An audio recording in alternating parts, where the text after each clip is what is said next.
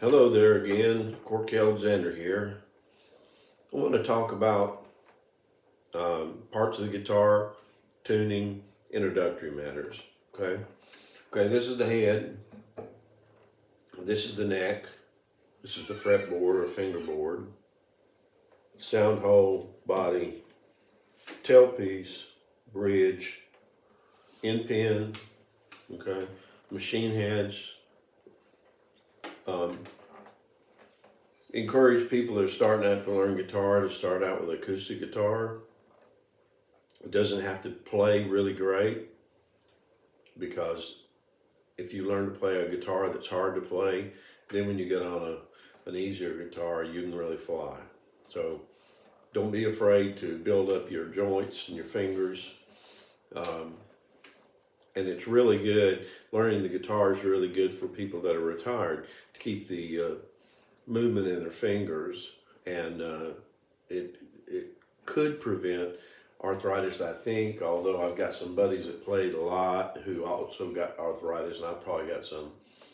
But anyway, names of the strings: the low E, the low A,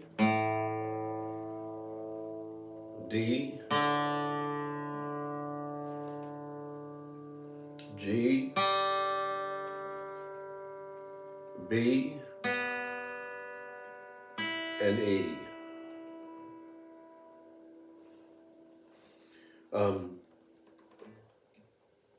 I recommend for acoustic guitar that you get, steel strings, unless you learn on classical, which has nylon strings.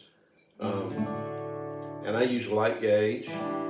Some people like the medium gauge.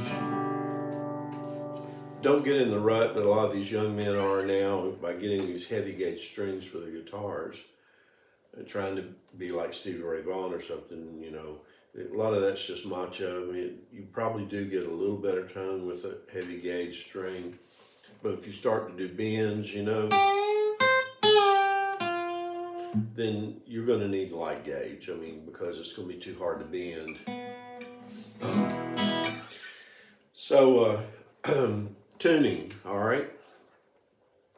Most of you are going to use a quartz tuner or a digital tuner, or maybe like a lot of the fellows I see doing, they have an app on their phone that's a tuner, and they use that, and I have used that before. The tuning issue, one of the setbacks about having digital and quartz tuners and like an app, so forth, is you're liable not to develop your ear as much as to how it sounds or how it's supposed to sound. And if you ever fall into a jam session with a bunch of players, it's not always guaranteed that they're going to be in standard tune, especially if they're older men. In my case, I was up in Boston, or the Boston area. I got invited to a bluegrass jam session in about 1993, something like that. And I was taking my mandolin because I was trying to learn mandolin at that time. And so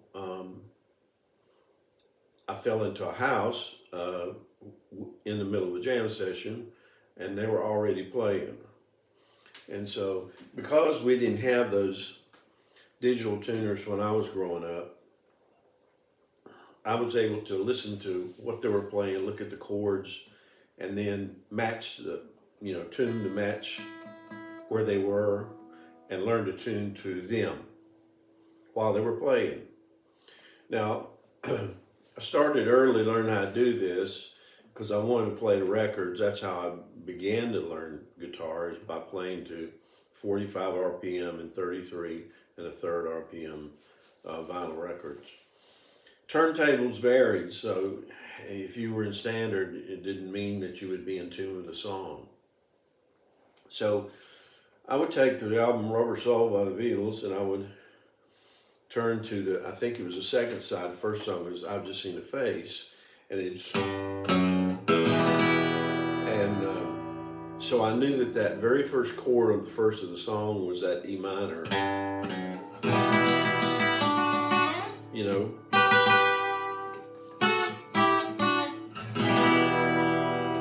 And so I kept putting the needle at the beginning of the song, and an E minor's got a lot of open strings in it, so I'd be tuning into it, you know.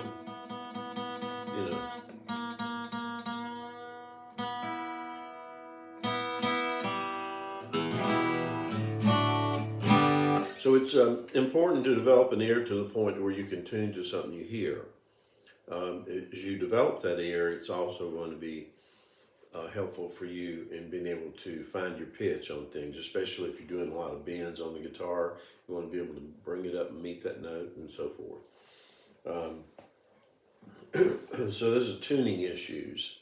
I really encourage you to learn to tune by ear to a tone. And of course now you guys got all these YouTube videos that are in real time, but I began by learning to play records and try to find the way chords sounded.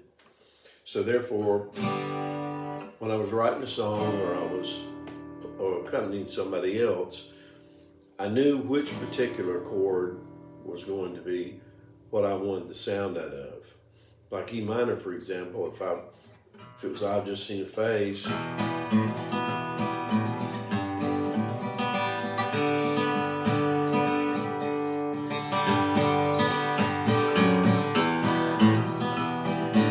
it's very open, as opposed to an E minor where it's like this. So that when I'm hearing something on the radio, a lot of times I could actually not only tell what type of guitar it was, but I could tell where on the neck they were forming the chords. So that became a real important a skill that I developed. And then learning the different ways that different artists played chords. So the basic chords, you learn A. Then they teach you B7. The reason they teach you B7 is because they don't start you out on a solid B like that. That's too hard. C, D, E, and then F, which is really the hardest one to begin with. And then G again. Those chords. Now, those chords can be played several different ways on the fingerboard to achieve certain sounds. And so I'm going to be later talking about bar chords. I'm going to be talking about other type of chords. And so you'll see me do G in a number of ways. You might see me do G this way, or you might see me do G this way, or you might see me do G this way, or you might see me do G this way, or you might see me do G this way. So there's a lot of different ways to play G, and a lot of ways to play A. You may see me play A this way, or you might see me play A this way. Or you might see me play A this way. And on and on and on and on. And we'll talk about that and why that needs to be sometimes. So anyway, the American guitar, very popular because of Sears and Roebuck. And my first guitar was a 1495 Sears and Roebuck Silvertone guitar. And we actually ordered it over the catalog and then went and picked it up at the warehouse. But for most of the young men in the country in the 60s, maybe the 50s too, they were ordering these guitars from Sears and they were being shipped across the country. And so this is one of the things that made the guitar so popular. Not the most selling instrument that exists. The harmonica is that. And what's strange about that to me is that harmonica is really expensive, unless it's just a toy. But a real harmonicas are expensive these days. And so, but the guitar is very popular, and it's portable. You can carry it around. much easier than you can carry a stand-up piano or a spin it. Okay. All right, that's tuning parts of the guitar. I'm sitting down while I'm playing right now. The guitar's on my knee. I do have a strap. And so that's one way to play, or standing up. Quite different though, in your visual abilities are different whether you're sitting or standing. But I'm an old man, so I sit down and play an awful lot. Okay, take a break. I'll see you.